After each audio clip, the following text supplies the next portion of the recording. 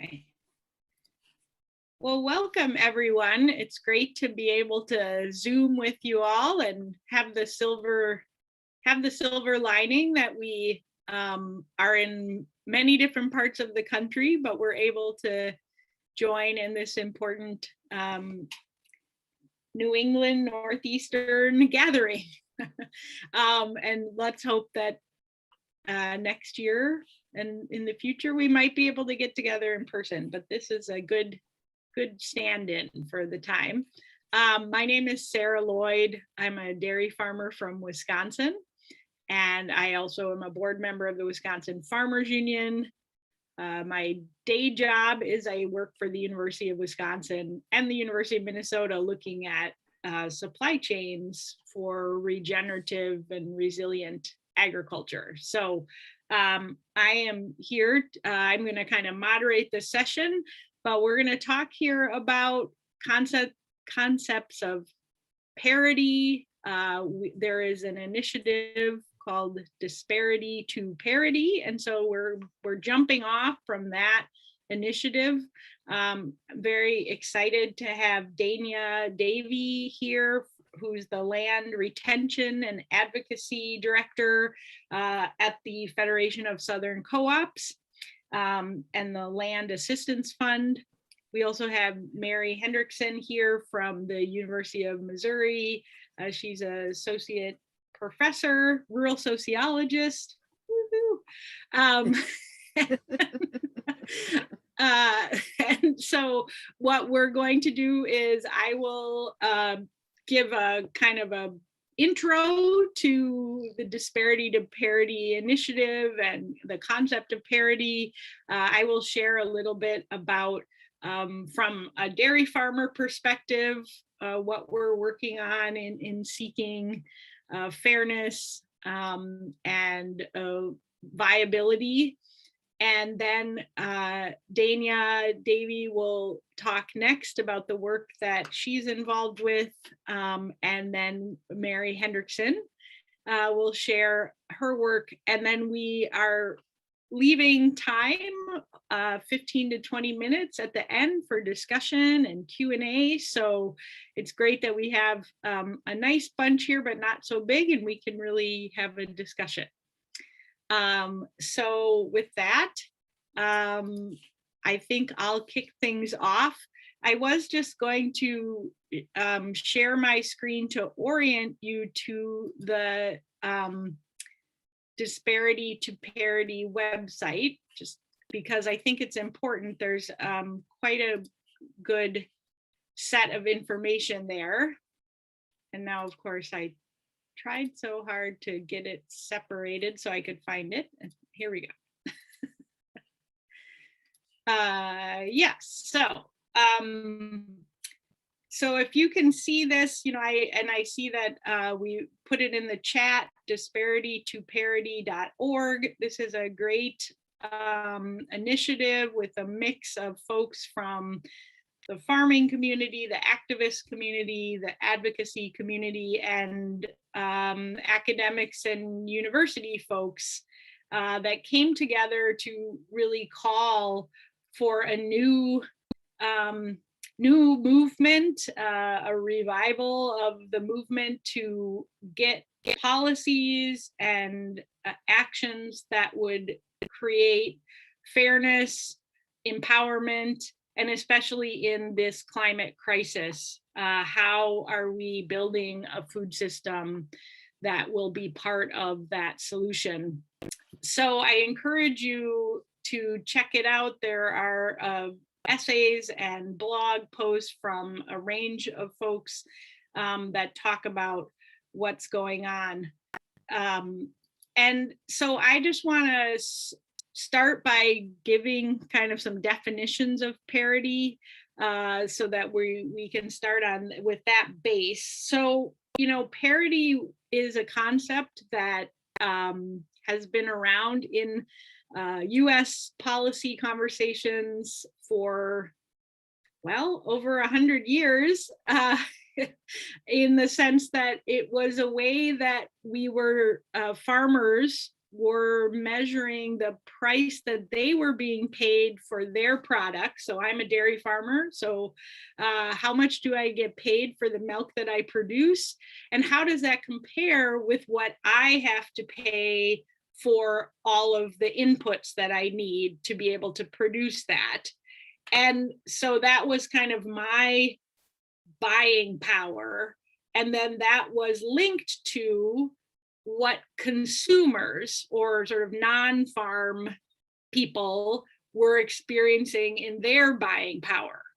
So the idea was that from a farmer perspective, that farmers could achieve a livelihood and a living with the prices paid for their products that would be matched or on par with what non-farm households could achieve. So that was the underlying idea of why we care, because it was about people being able to have a livelihood both on the farm and in non-farm communities. So there is, just for folks who like to geek out on stats and maps and graphs, you know, the USDA actually does, let's see, I've got to find it here. The USDA actually tracks this on a really ongoing basis. So I've just found one of the most recent measurements, and I just want to show it to you because it's something that you can take a look at. So, you know, I went to the USDA National Ag Statistics Service, and for example, what they do is they index the prices paid. So so this is a little confusing. So the prices paid is what I paid as a farmer for all of my inputs. And the prices received is what I received for my product. And they separate it out by individual commodities, and then they also lump it all together. So this particular graph shows you that, you know, for all of US crops and commodities, this is kind of my house always wins slide, because even when I might be getting like a slightly higher price for my product, I'm consistently, and especially in these last years, and we see this over history, that I'm paying more for the inputs that I need to produce my product, which means that I can't make a living as a farmer. So, you know, if you're interested in this, there's lots of ways that you can track it. You can grab the raw numbers. The Economic Research Service at the USDA does reports on this, and there's a consistent NASS survey. Now, so that's the basics of, you know, the concept of parity. What I want to just briefly tell you about and encourage you to join in is, you know, dairy farmers are struggling mightily. Like all farmers, regardless of crops, we have really struggled with low prices that are in no way covering our input costs. You are seeing mass exit of farmers, but you are seeing a continued production. So we're not reducing our productions as we lose farms. We're just losing the small and medium-sized farms that really form the backbone or the engine of our rural communities, both economically and socially. And so that's the danger by not addressing these issues.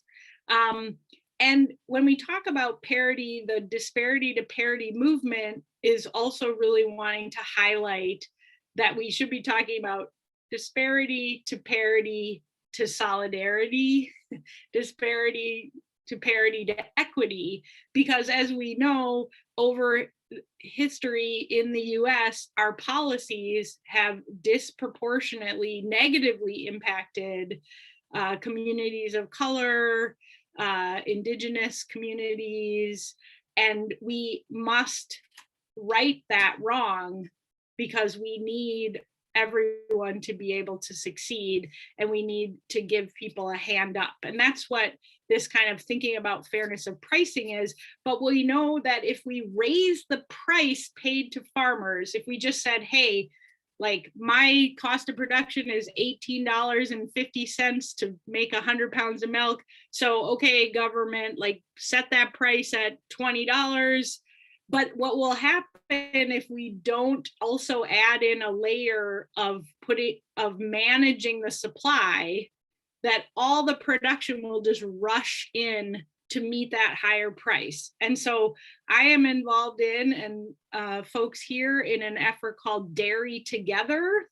You can check it out at dairytogether.com. This is a national movement, a farmer-led movement that's working on the mechanism to deal with supply management that could be paired with a fair pricing mechanism. And because, especially in dairy, the US government is so involved in the pricing, we have to have a federal policy solution.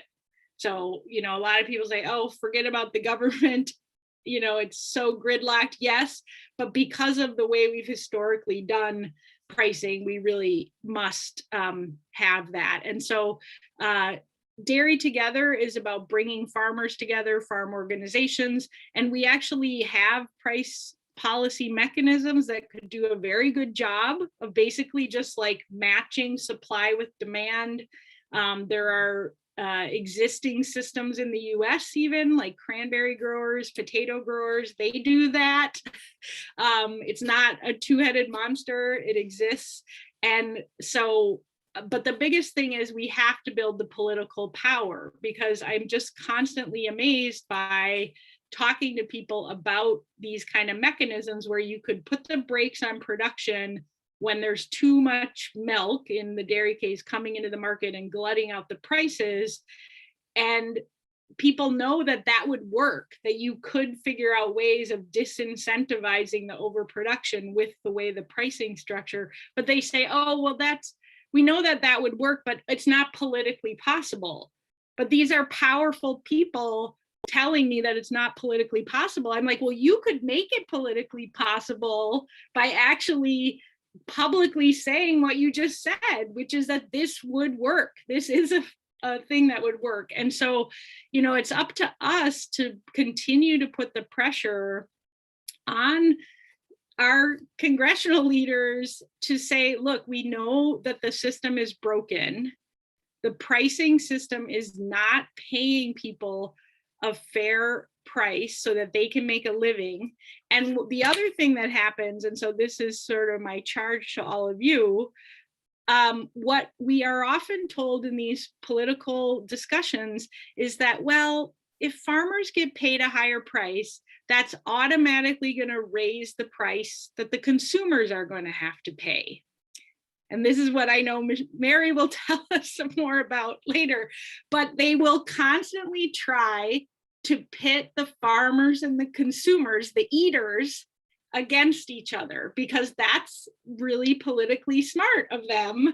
But if I get paid a higher price, that does not necessarily have to result in a higher consumer price, because we know that the retailers, the distributors, the processors that are becoming increasingly powerful and concentrated in their monopoly and monopsony power, they are hanging on to more than their fair share of the food dollar. And so we cannot allow them to say, oh, well, that'll raise prices to consumers, so we can't give farmers a higher price. That's not true. And it's up to us to really push back hard on that. So obviously there's tons more to talk about, and dairy is especially problematic example because it is very complicated the way that the pricing is structured. But for anyone who is not knee deep in the dairy pricing weeds, just know that don't let them tell you that the consumer and farmers need to be at odds with each other. We actually need to bring each other together. The other part of this is that as a farmer, I am interested in eaters being paid good wages for their work so that they can easily afford good food and my good products. So the other thing is like, let's also raise consumer buying power through fair wages. And so that's all part of, you know, building a solidarity economy where people, real people, can build good and fair livelihoods. So that's what I'm interested in. Dairy Together is an example of a national farmer-led movement that's bringing our voices together to demand real change so that we can keep more farmers on the land and not fewer. So I'll leave it at that. And encourage you all, you know, check out disparitytoparity.org and, you know, join this action. And I'm going to pass it over to Dania Davey from the Federation of Southern Co-ops. So take it away. Thank you, Sarah. I hope you saw me nodding vigorously, agreeing with everything that you were saying. And as Sarah said, I'm Dania Davey. I'm the Director of Land Retention and Advocacy at the Federation of Southern Cooperatives. I'm based out of our Atlanta office. And for those of you who don't know, the Federation is a 54-year-old nonprofit association of cooperatives. And our membership primarily consists of Black farmers, cooperatives, and landowners. And this subject, for those of you who are at the plenary that I was at, ending my day yesterday, and I'm starting my day again with the same conference, that you may hear some similarities, but reinforcement, I think, is really what helps get the message across. And so I really like entering this disparity discourse from the lens of a racial equity analysis. And I think just for me personally, this disparity to parity conversation is very relevant because as an immigrant from the island of Jamaica, globalization plays a significant role in people movement throughout the world. And the ways in which the United States makes decisions about pricing have global implications and vast political implications. And so Sarah ended her talk right, you know, hitting the nail right on the head in terms of what's at issue, because the false narrative of dairy farmers versus consumers is a political construct. And so that's kind of where my conversation will direct our thoughts, is really thinking about solidarity, because I think that rural power is really what the threat is to the current system of pricing that we have. And I think rural power transcends so many different lines: race, gender, sexuality, ability, age, and the thought of those people coalescing and galvanizing and demanding what we really need as a nation threatens the status quo. And it's really important to think about the role of history in these disparities in particular. And I think the African-American community is almost a case study, because our community is kind of the canary in the mine shaft, right? Because the things that have detrimentally impacted African-Americans, there's solidarity across racial lines, because all small farmers, regardless of race, are now experiencing some of the very detrimental impacts of the intentional, institutionalized race-based discrimination that African Americans have faced. So I kind of like to start this talk by thinking just about the reality that when the Constitution was drafted, African Americans were legally classified as property. So that in and of itself is something that makes us realize the power of policy to even define what humanity and citizenship is or isn't. And so whenever you see, you get the response from elected officials about how things can be really complicated, if over the course of this nation's history, we can have a people going from being defined as property to people with citizenship rights and political rights, there's a lot of power in the people. There's a lot of power in solidarity, and there's a lot of power in our work to shift the paradigm.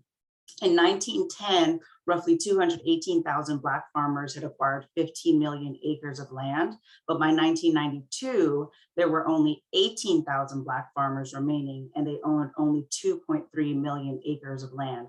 And Sarah was talking about the impact of parity on farmers. I'm only aware, and I've been doing this work for a little while now, and I'm only aware of one African-American owned dairy farm that's left in this country. So African Americans have experienced a drastic decline in both farms, farmers, and farmland ownership.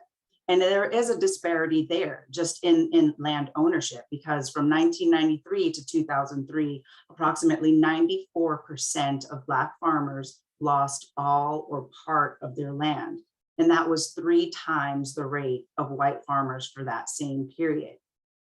And, you know, like I said, the Federation came into existence in 1967. And the reason that this organization was founded, we were founded by 22 cooperatively owned Black-owned businesses who were primarily leaders in the Black cooperative development and the civil rights movements, who, because of their political engagement, these were the farmers that were trying to unionize across racial lines. These were the farmers that were engaged in political advocacy to get African Americans voting rights and the ability to live in an integrated society. And because they were independent landowners and independent business owners, they were able to form cooperatives that could ward off the decimation that they were facing. Because one example of intentional acts against the community is in Shirley Sherrod's the New Communities Farm in Southwest Georgia,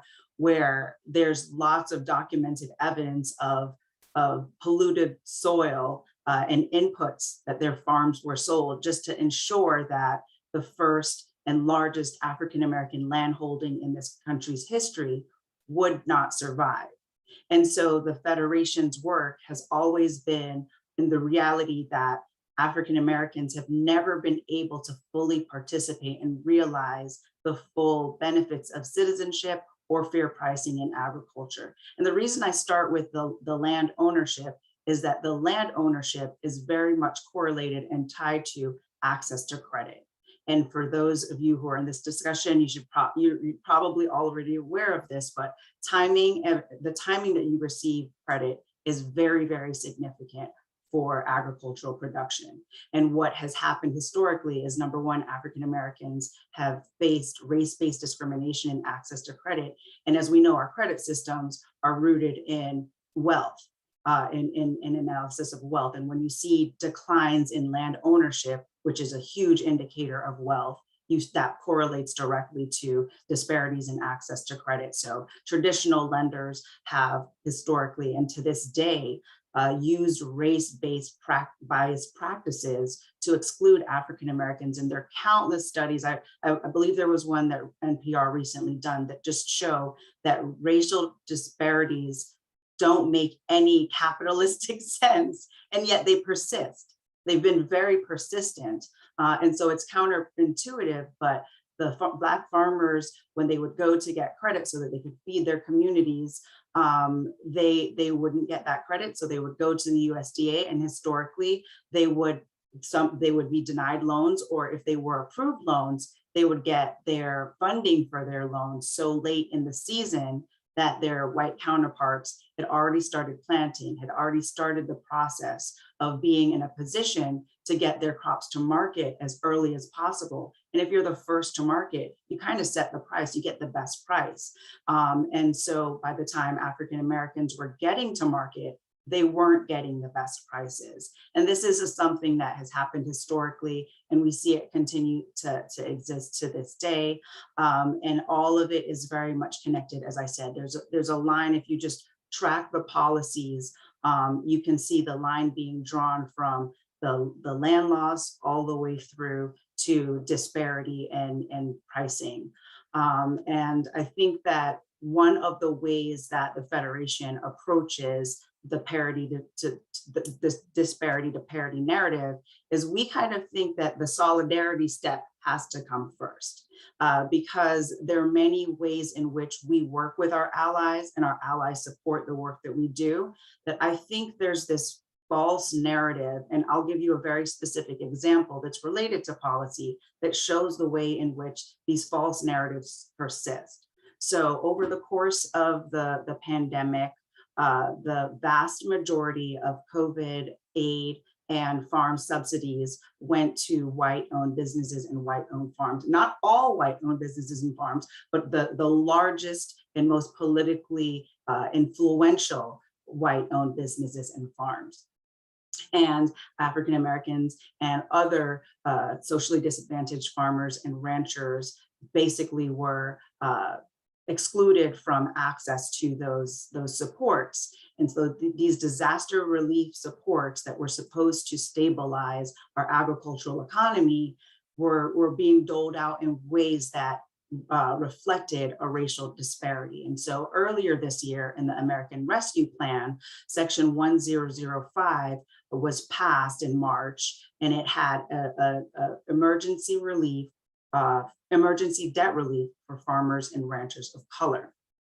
Almost immediately, there was language that came out against that provision, and it was hearkening back to language that always comes up whenever there's any racial equity legislation passed that would benefit farmers of color. And so the buzzword that you have, it's usually a call, and you'll hear this term, reparations. It's usually a scary, it's supposed to scare people into thinking that you're going to lose something because of the debt that the country owes to African Americans. So that's a conversation that has never been had about the debt that's owed for the unpaid labor, the land and lives lost, and the wealth lost to the African American community. So whenever conversations come up around parity, equity, racial equity, you'll hear that term reparations thrown out as a fear tactic. And I say that because along the lines of that term being thrown out, it calls up a certain aspect of anti-Black racism in particular. And as we saw last summer, there's a particular way in which anti-Black racism persists in police brutality, and even in public health, where we see that African Americans disproportionately were impacted, both as being frontline workers, as well as contracting and dying at disparate rates from COVID-19. And so during a time when the African American community was grappling with both the COVID-19 pandemic and the police brutality pandemic, there were folks that were against the Black farmers getting debt relief. And so much so that they didn't really care that the program was emergency debt relief for farmers and ranchers of color, meaning Latin, Asian, all Native farmers and ranchers. The target was African Americans. And so there were about 13 lawsuits filed, the most recent of which was filed in Texas, where it was certified as a class. And their allegation was that the white farmers' 14th Amendment rights were being violated because they were being discriminated against because of their whiteness. And so a lot of the very same language around civil rights, getting African Americans fundamental human and political rights, that language is kind of being co-opted to create this other narrative about white farmers being disadvantaged by anything that is provided intentionally by the government to people of color. Now, that lawsuit has had far-reaching implications, one of which is that the debt relief that was promised, and many of the Black farmers had already received their letters, and so they planned their season in reliance on the debt relief. So they thought they would be able to have those debts forgiven. So they went out and purchased more supplies, more inputs, started their season in reliance on the debt relief. And the judges granted a halt. They provided injunctive relief so that the Section 1005 program would not be implemented. I have a 2-minute warning, so some of this narrative I'll hopefully get to in the Q&A section, but I just wanted to point to the fact that there are ways in which we as a movement, when we hear these calls, when we hear these terms being used to pit African American farmers against white farmers, it's the same false dichotomy that Sarah was referencing in terms of the discrepancy between farmers and consumers. And whenever we have these dichotomies being presented to us, we need to be very critical, because it's very important that we think small, think very small. It's the small farmers that need the most support. And that's the way that we really galvanize a solidarity across the movement. And I think that the disparity to parity conversation is one that can get us to a place where we have racial equity in agriculture. And I'll stop there. Thank you so much. And yeah, we'll have time for more discussion and Q&A, so this will be great. I'm going to pass the mic over to Mary Hendrickson, and she's got some slides to share with us.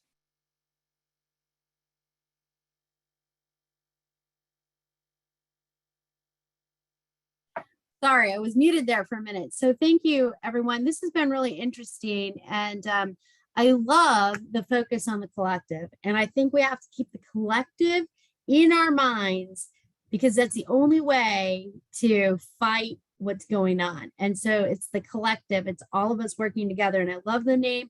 It takes a region. I love what the Federation does in terms of we're going to be in this together, collectively working. And I want us to keep that in mind as we go through this. I just want to really talk a little bit about power and equity in the food system and how we may think about gaining more power. So I think it's really important to think about food as something that is special. And it's something that we all need. Everybody needs it every day. And we wrote a report, my colleagues, Phil Howard, myself, and Doug Constance and Emily Miller wrote a report. I've got the link there at the bottom, but really thinking about the distribution of power in the food system, embodying the power to make decisions about what food's produced, how it's produced, by whom, and where, and as well as who gets to eat it. And I think that that is really at the heart of, we have to really address these power issues, because there's been a lot of, the imbalance of power in the food system has caused a lot of negative impacts to farmers, to workers, to communities, and our ecology. And we have to address those if we're going to think about how humanity can be fed in the future. And this is really important in terms of what we're seeing now with climate change and community disarray, all of these things. Food's too important to be left to the market. So let me tell you what the market looks like right now, because it looks pretty darn bad, right? If you start to look at the control over the input market, and Sarah was referencing some of this at the beginning with the prices paid for inputs in that graph she showed. But if these are looking at what's happening in agrochemical, animal pharmaceuticals, seeds, synthetic fertilizer, farm equipment, when we see the top 4 firms controlling 40% or more of a market, we start to worry about what kind of power can be exercised in those particular markets. So seeds, we have the top 2 firms actually have significant control over proprietary seeds at the global level. And that is Corteva and Bayer, and of course they've done that through acquisitions. You can go look at Phil Howard's work and see some interesting graphs that show that. But basically, when you go to buy seeds, you don't have much choice. When you go to buy fertilizer, you don't have much choice. So farmers are kind of caught in this squeeze, right? Because when they go to sell those products, they don't have the products they're producing, they don't have much choice either. So you've got concentration ratios of over 40% in most of these markets, if not, and they're like 80% in some, like chicken processing is 54% and beef processing.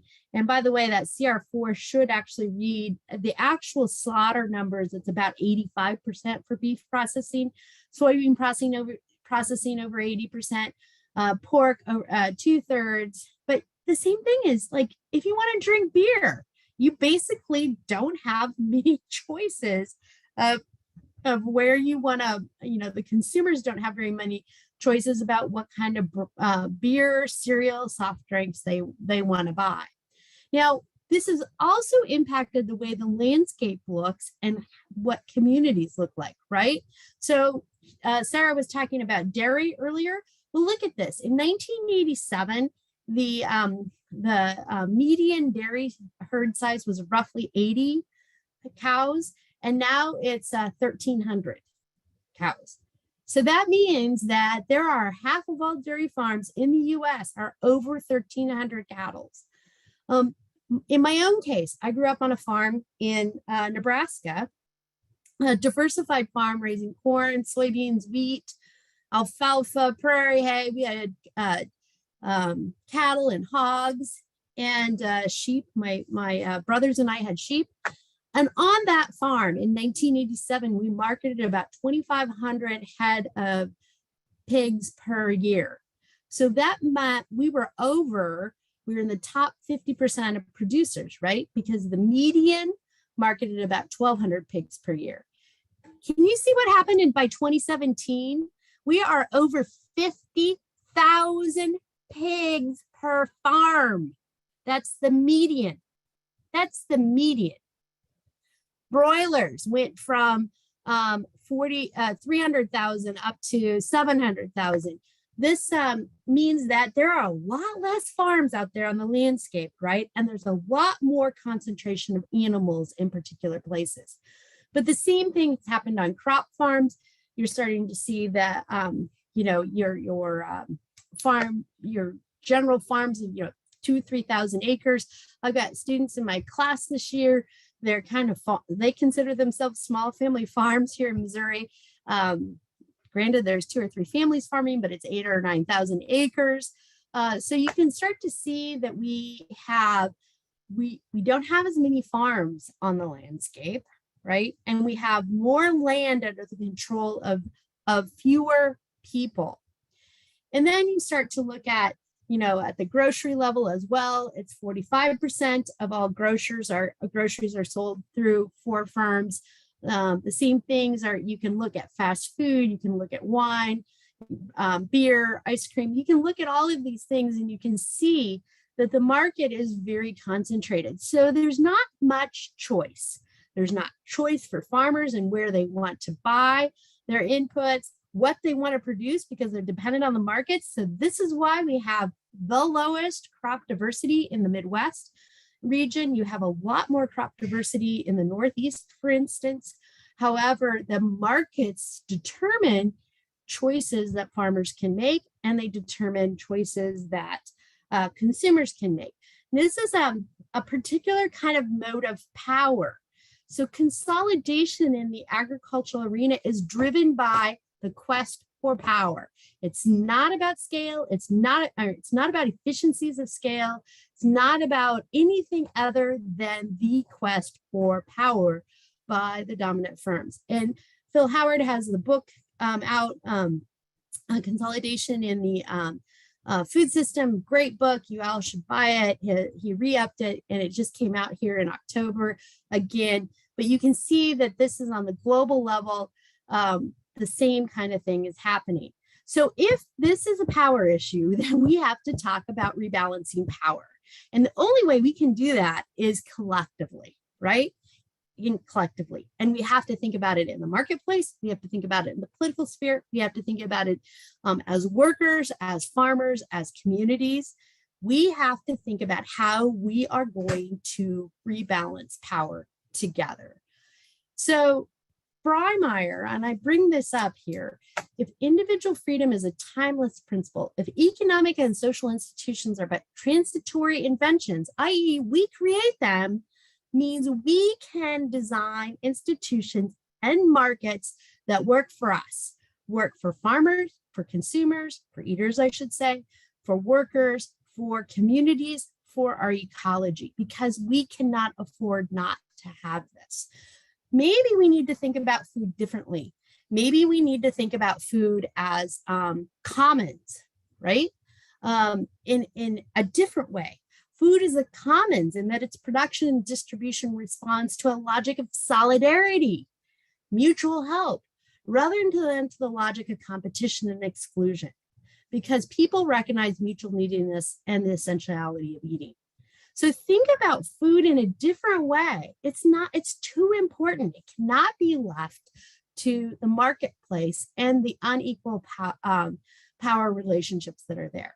So let's think about how we might do this. And it is exactly what Sarah and Danielle were talking about. We have to think about market rules. So maybe we have to rethink antitrust and things like that. Maybe we have to think about public regulations. If food is a common, then it can be regulated as a public good.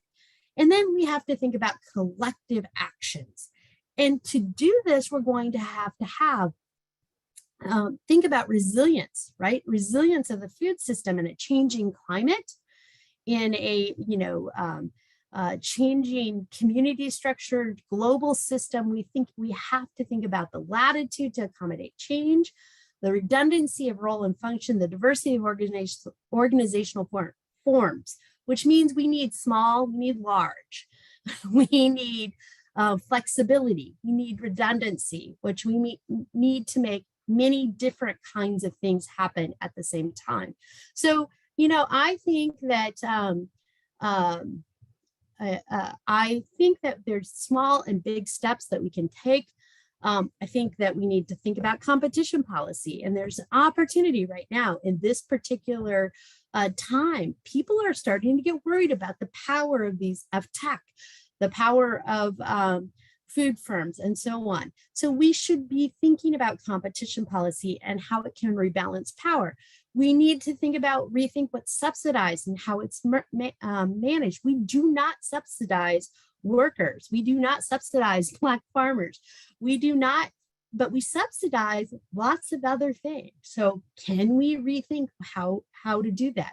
But then more importantly is we have to think about transformation. What are the new forms of production consumption relationships that we want collectively? What do we want? What kind of land ownership do we want? Should we have communal land ownership? In fact, private property doesn't fit with the history of humankind.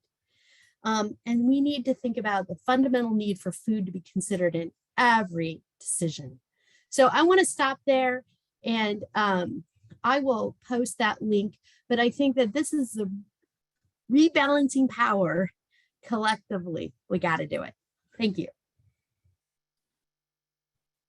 Nice. Hear, hear. That was great. Thank you, Professor Hendrickson.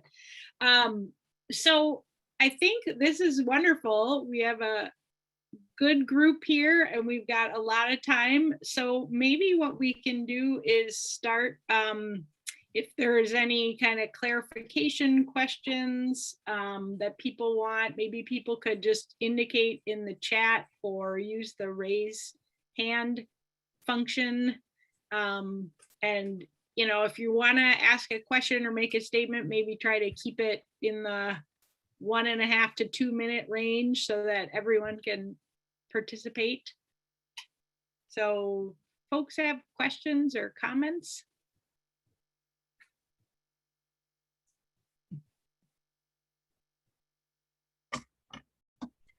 There were some comments in the chat. Okay, let's see. I'm gonna go scroll back through the chat here. So there's a question about the Biden administration's briefing on consolidation and the order addressing ag consolidation. And are these encouraging steps in the right direction? What can we do to shift the needle more here? And what are the key leverage points for pushing systems change? So I think those are all good questions. And I'll just take a stab at the Biden administration's work, and I think that lots of people on this call probably can fill in. I think that they're really trying to attempt some work, that they're taking some things seriously, but this is not something that can be done through the executive branch alone. In fact, I would argue that Congress has to take pretty major steps in this arena. So while I'm impressed with what the Biden administration is trying to do, I think that if we really want significant policy change, this is going to be addressed in all three levels or branches of government. And in particular, we're going to have new policies, because traditional interpretations now that are precedent within the legal system really cannot address the power issues that are happening right now. And we're going to have to rethink policy. And that may not just be through antitrust. Perhaps we rethink contract law. And they're trying to write some ideas about fair rules for contract poultry production and hog production and so on. But maybe we think about contract rules in general and think about fairness within those contract rules. There could be multiple ways, but these are policy things that have to be done. So while I applaud the administration, I'm not sure what their reach can be. And I don't know what other folks think. The previous administration, all, the Obama administration, went through that whole Department of Justice set of hearings all over the country, and accumulated a huge dossier of thousands of testimonies from farmers about the concentration and the damage that it was doing, and then nothing happened. You know, Mary, quick reaction. I love every single thing you said. I'm your biggest fan. But and thank you, Elizabeth, for that comment as well. One of the points I didn't get to, and it actually aligns with this, is that one thing that the Federation has done is we filed a motion to intervene in the litigation that is pending that has halted the implementation of Section 1005.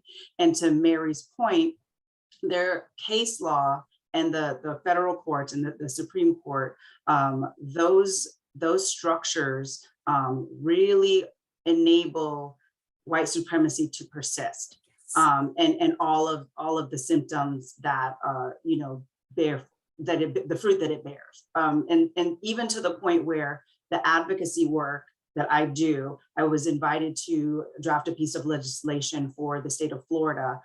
They specifically asked me to draft a piece of legislation that was going to help Black farmers in Florida.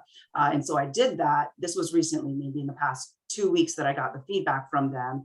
And what they told me was that it's not going to work for Florida. There's just not political will to do anything like this. And so these are the responses that we get. The federal level, the Biden administration and the USDA have both put forth a really strong set of language and talking points around racial equity in particular.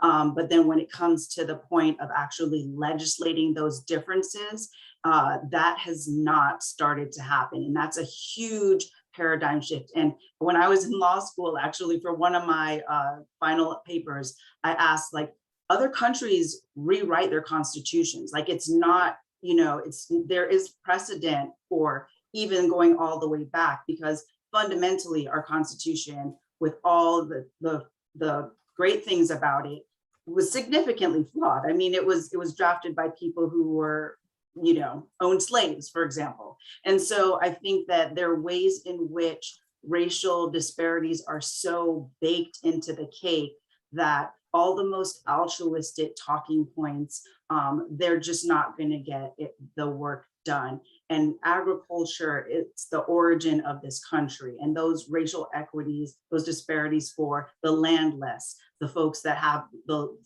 smaller landholders, that's always been a very entrenched disparity in this country. And undoing that will not occur during any one administration. And that's why it takes all of our collective efforts and all of the solidarity to bring those questions to the forefront. I mean, I didn't know that a private person could fly to the moon.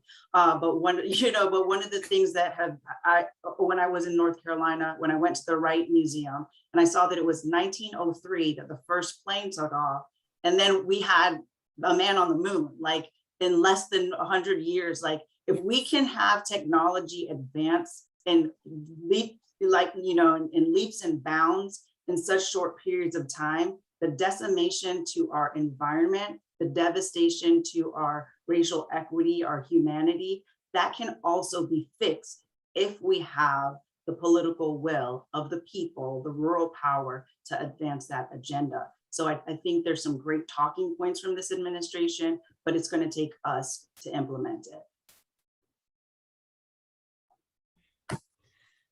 Great. Yeah, thanks. And I think, someone wrote a question in the chat, is dairy a place to test some of these things? And I agree, it's hard to take on all commodities at once. On one level, we have the opportunity of the Farm Bill. I mean, in our system, we negotiate a lot of these big policy structures every 5-ish years. And now's the time for a full court press on the Farm Bill issues that I think, Mary talked about, the subsidy structures, what is it that we support, and what kind of crops and systems do we de-risk by putting a really good safety net under farmers, and which things do we not? Fresh vegetables, very risky, and diversified farms with many crops, very risky. We don't adequately provide support if there's crop failure or market crashes, whereas corn and soybeans, we love to support the expansion of that. So I do think, going in for those really structural things that are impacting like the vast swath of crops is super important. And then at the same time, I think regionally, maybe it is like, maybe we pick some things that are most strategic. I think up in New England, the Northeast, the dairy is probably a good place to test some of this stuff right now. There's a lot of disruption in the industry. You've seen, organic farmers, like organic was kind of this promised land. Like, this is a way that farmers can come together and get a higher price because they've organized their production around some ways that consumers are identifying that they want, like ecological production practices, and people were willing to pay a higher price. Well, now you're seeing the big multinational corporations like just drop farmers. I mean, Danone, okay, we'll give them a cookie. They gave the farmers a year to figure out a new place to send their milk. But I mean, this is showing the precarity. At the same time, in the region, you have some movements building, the migrant justice, the Milk with Dignity campaigns, where organized people really figured out, like, well, let's pick Ben and Jerry's as the shiny, fluffy vertebrate that is making a lot of claims about their social and economic justice in their system, but the workers on those dairy farms, the Latino workers, were not getting paid fair wages. But they also realized in working with the farmers that the farmers weren't getting paid a fair price. So that has been an opportunity. So I think, picking dairy in these regions where we still have a little bit of a base of production that's distributed, it could be really wise to call attention and to get people's to come get on the bus with us. Because of all the reasons that people care about their ecologically beautiful landscapes that need working farms.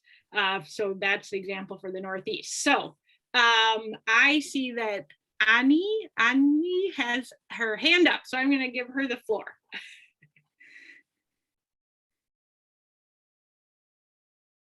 Oh, Sarah, I mean, I always love listening to, people who are so passionate about the work that they do. So it's always great to see you. Yeah, at the risk of, sounding like a broken record, I shared about the cooperative food utility concept. I've been fascinated by it, and I'm not seeing a lot of explanation as to why it won't work, except people are scared of it. And I'm a big history fan, and I like getting to like the how and the why. How did we get here? And it's fascinating and horrifying to me because, in meeting and talking to Dr. John Eichard, if you don't know Dr. John Eichard, please look up his videos. It's IKERD. His Moses keynote from 2020, like, I don't know how many times I've watched that, over the last like 2 years, just because it's like church for me. Because I've never in my years of doing this work, encountered a man like Dr. Eichard, who is as stereotypical old white dude who built his career on, taking out family farms because they decided that they were too expensive, and is actually out there admitting it and acknowledging it. Now, he had to have a near-death experience first, but it's true. I met him when he came here to talk to us about our 303D waters. And in Indiana, where I'm at, we have like 90% of our waterways are 303D classified. Now, I think that's really disingenuous, because if they said 93% of our waterways are catastrophically contaminated, people might take it a little more seriously, but that's not how they term it. It's that 303D, which, well, what does that mean? And it seems so much less threatening until you get into looking at it. And hearing Dr. Eichard speak, I was a little skeptical when I first went, because I'm like, what is this old dude going to tell me? And he literally brought the roof down, with his just like candid, I don't know, just like owning of like the destruction that they've caused to our communities, to our farms, to our land in a generation. And so like, I am like wanting to grab people and shake them by their shoulders and like tell them to wake up, because it was the 70s. It wasn't that long ago, the 70s, when they decided that farmers were too expensive. So let's get rid of farmers and try and make everything machines and chemicals.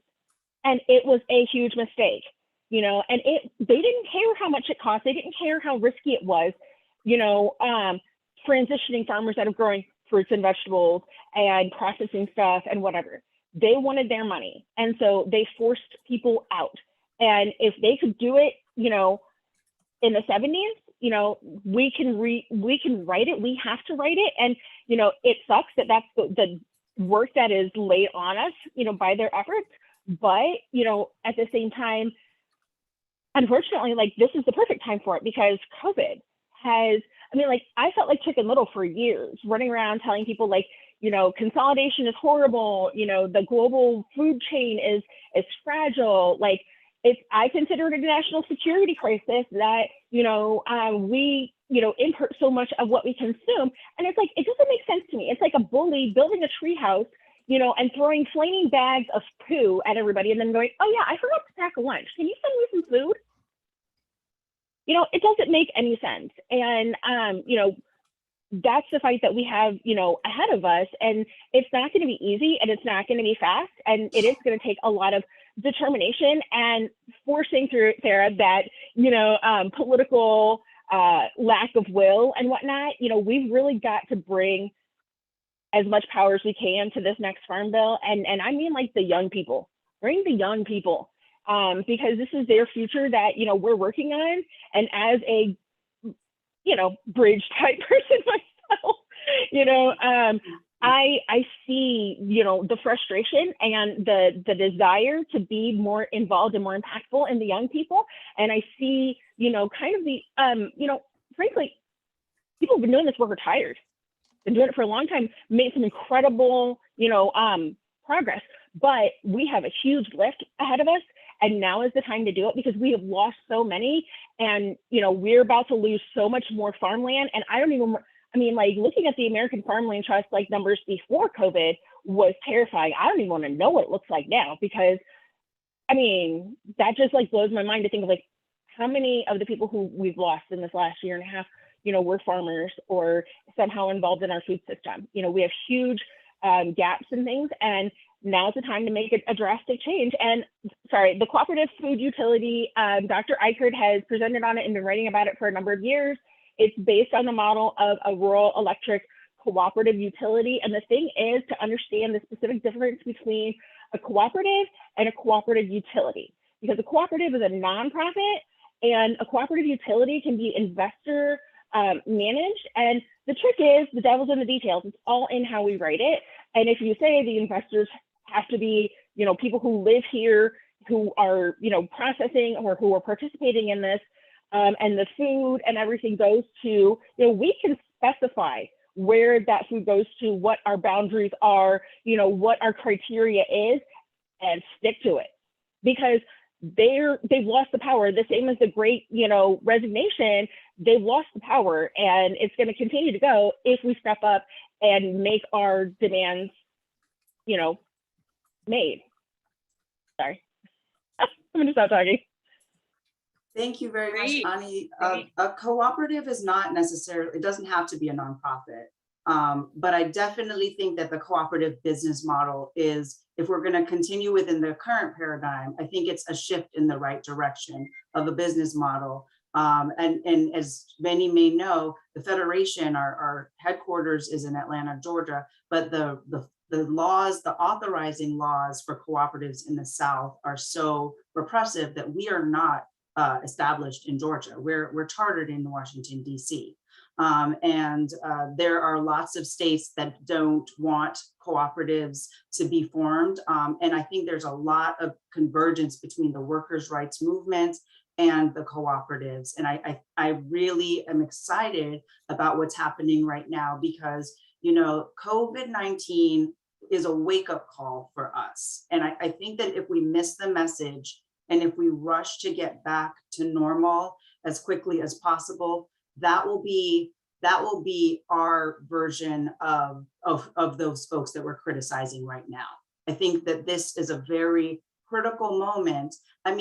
African Americans were telling our neighbors and friends that we were being brutalized by the police, and it was just not taken seriously until we were all trapped in our homes and forced to watch a public lynching.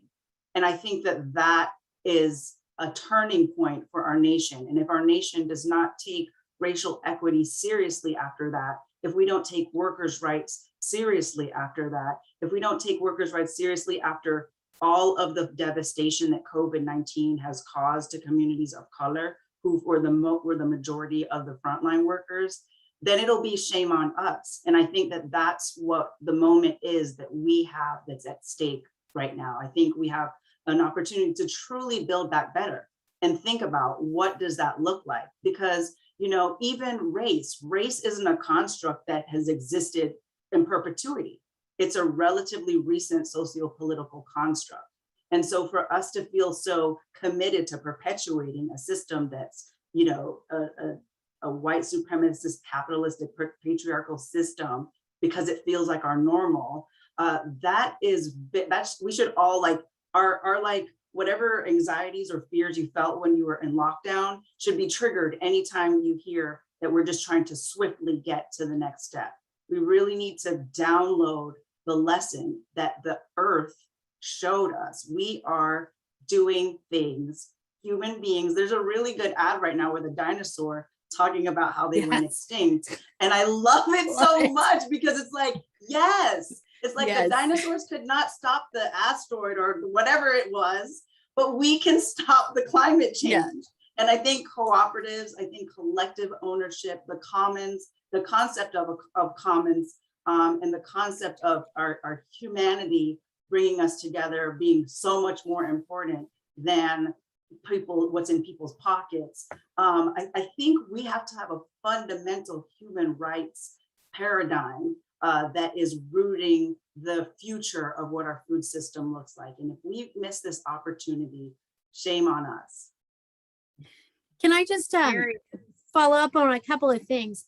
There was a question way up in the chat about technology, and all I'll say about technology is it's neither good nor bad, but technology is always placed into our current social and economic relationships. And if they're crappy, the technology's crappy. So technology won't allow us to do anything different than what we're already experiencing. We have to work on the social and economic relationship changes.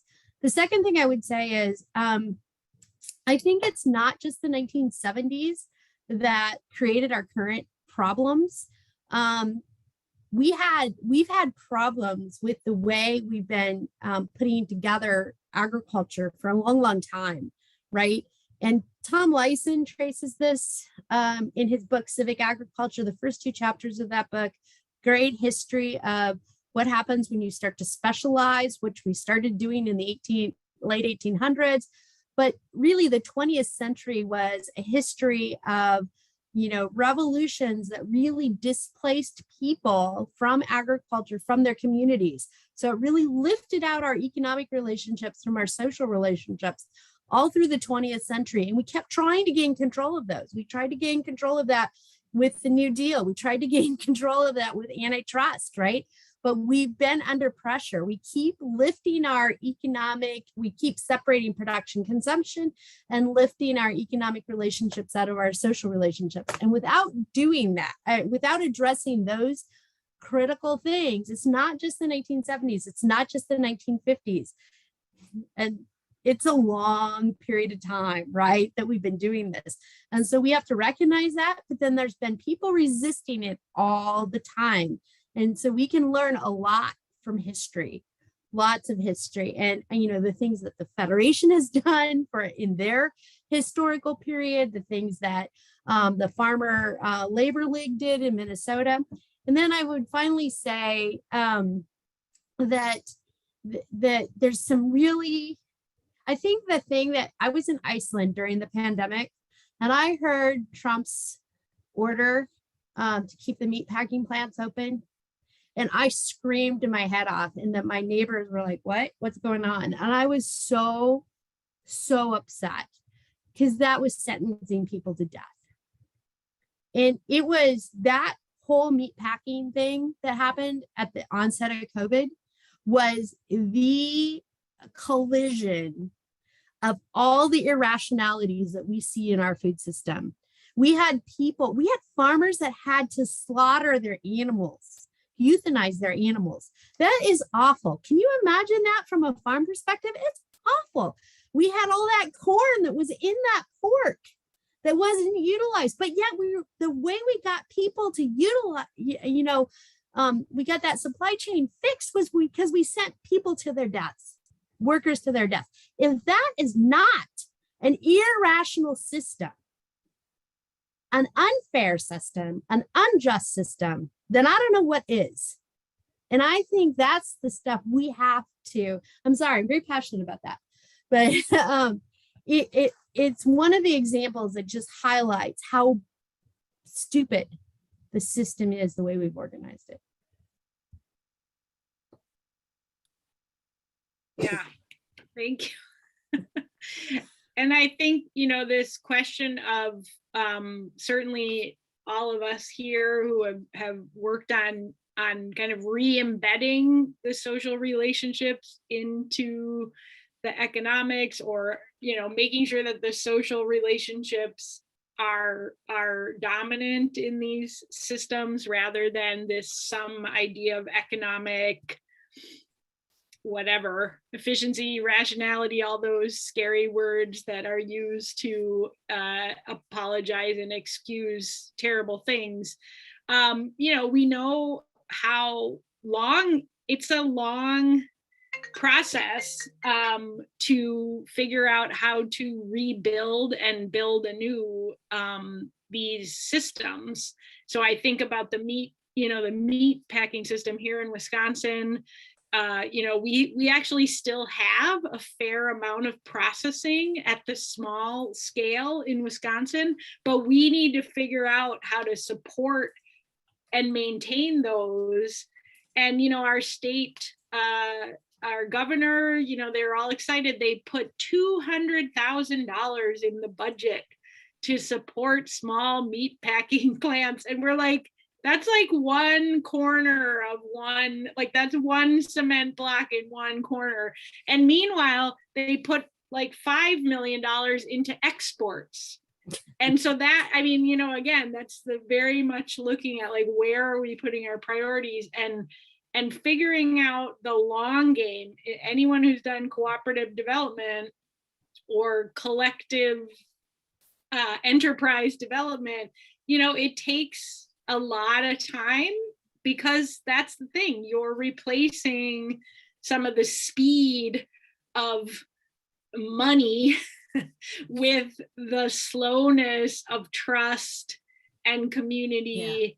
And that, you know, and that's the other thing that I see is when we're working on these things and we're seeing that, okay, the USDA or the states, or maybe there's private money that's coming in to support us rebuilding the food system, we have to demand that they value and support the soft skills, as you might call them. Like, we need the organizers and the facilitators and the people that are on the ground that are keeping people coming together, organizing the meetings so we can understand our shared values and we can build, but we need to build viable businesses. I mean, because like right now we're still in the old system. And as I say, like, shit costs money. And so you got to figure out like how to actually have functioning businesses. But we need to, like, you know, change the tire on the car when the car is running down the street. So, you know, it's like, it's challenging, but we need the people to organize these. And so, you know, we should be asking any grants or programs that are supporting like climate smart agricultural transformation, say, show me the detail in the grant guideline that mandates that you have to pay local organizers, you know, from the place that you're trying to change agricultural systems in, because that's what we need, along with, you know, people that may be coming from outside the community to align resources. But that's my kind of, you know, we need the soft skills, because this is not easy work. Go ahead. How do you say your name? Ani?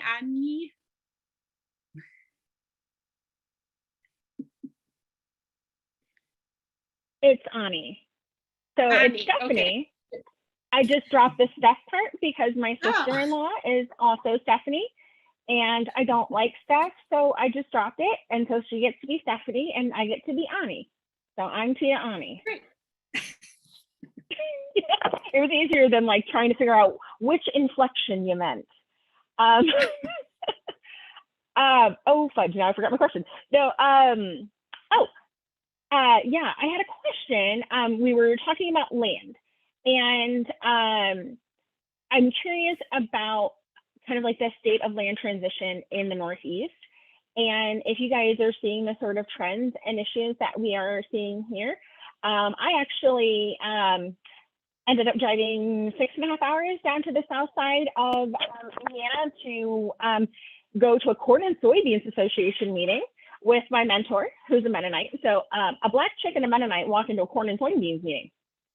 It sounds like a joke, but it wasn't, in order to talk to Senator Todd Young, because his staff was sending me automated responses, and I don't get automated responses.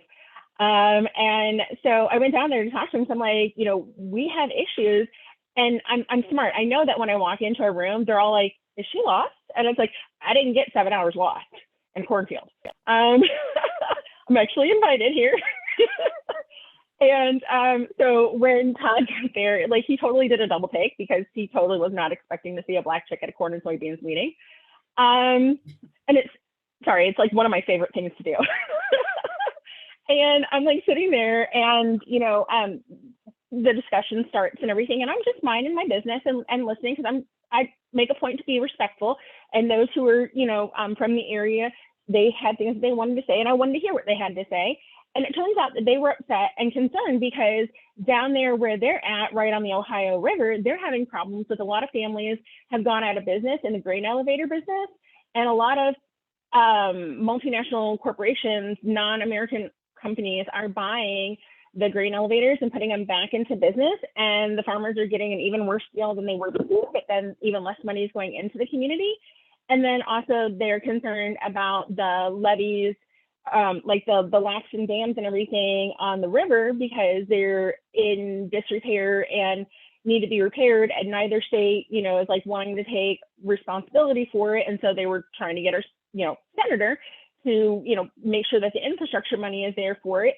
And, I was like, and that speaks exactly to the reason I'm down here because I, up in the northern part of the state, watching entire communities disappear off the map as farmers are selling and it's going to developers and to, Chinese and South American, or, companies that are making like little, like corporate farm, deserts in the middle of our rural communities and completely wiping communities off because there's not enough money for, fire people or for post office or schools. And so I was like, what are we doing about this to preserve our American farmland? Because like those are where we're getting a lot of the, the non-point, contamination to our waters and stuff because they drive everyone off the property except for corporate, employees. And so there's no way to get in there and like, observe things and monitor things. And it's a whole nightmare. And his answer was, well, if they're coming in and they're buying up the grain elevators and stuff and putting them back in business, that's helping the economy, right? And it's like, no, because that money's not staying here in the United States, and you're giving them tax, rebates and incentives and all that stuff, so they're not even paying taxes on the stuff that they're doing. Don't get me started on Amazon or Walmart's dairy, which is like right in my county, and that's the whole nother thing that I'm like writing a whole thing on right now. But is that something that you are also seeing in like the Northeast or wherever your journey is from, where I don't know who's tracking, where the transition of these lands are going. And, if we're not even, like controlling the lands within our borders and much less being able to have people on it producing things, like that seems like it should be a bigger point of concern when it comes to like land stewardship and the future. Yeah, thanks. Does that Does make sense? anyone who's on from the Northeast know kind of what your trends are in land ownership? I would say it depends on where in the Northeast you are. Where I live in the Hudson Valley, there's definitely an interest in development because people are migrating out of the city, and that's really putting a lot of farmland at risk. And while there is an effort to preserve farmland or to preserve open space, at least, that land doesn't always stay in farming, or if it does stay in farming, it's not owned by the people farming the land. So it's sort of, and I bet Liz has something to say about this. And I know that there's several experts on this call. I imagine Susan could speak to what's going on in the Lehigh Valley, Pennsylvania area, but it really depends. How close you live to the I-95 corridor really impacts the development pressures on your land, and then the further out you get into rural spaces. But I know where I live, which is right near the I-95 corridor, there's a lot of development pressure and also a lot of, wealthy landowners who want to keep their land undeveloped, but don't necessarily want to like have an equity lens to how their land is used and farmed. Mm-hmm.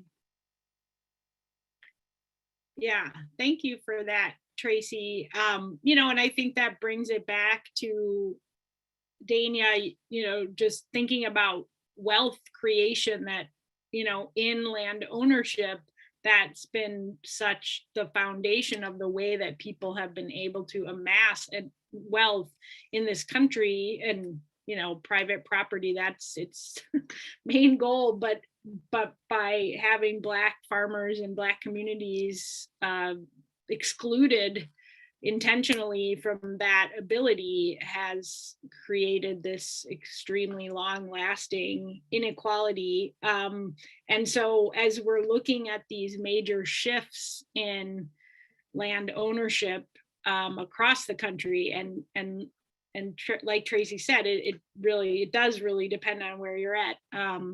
But this is a critical time also. I know Lisa from National Family Farm Coalition, you know, they've been tracking the like TIA CREF and the way that some of these pension funds are trying to invest in land as a stable for them to stabilize their funds. And so there's a lot of work to be done. Lisa, I don't know if you want to you know, give a little blurb on the stuff that you're tracking as far as corporate and pension fund land ownership.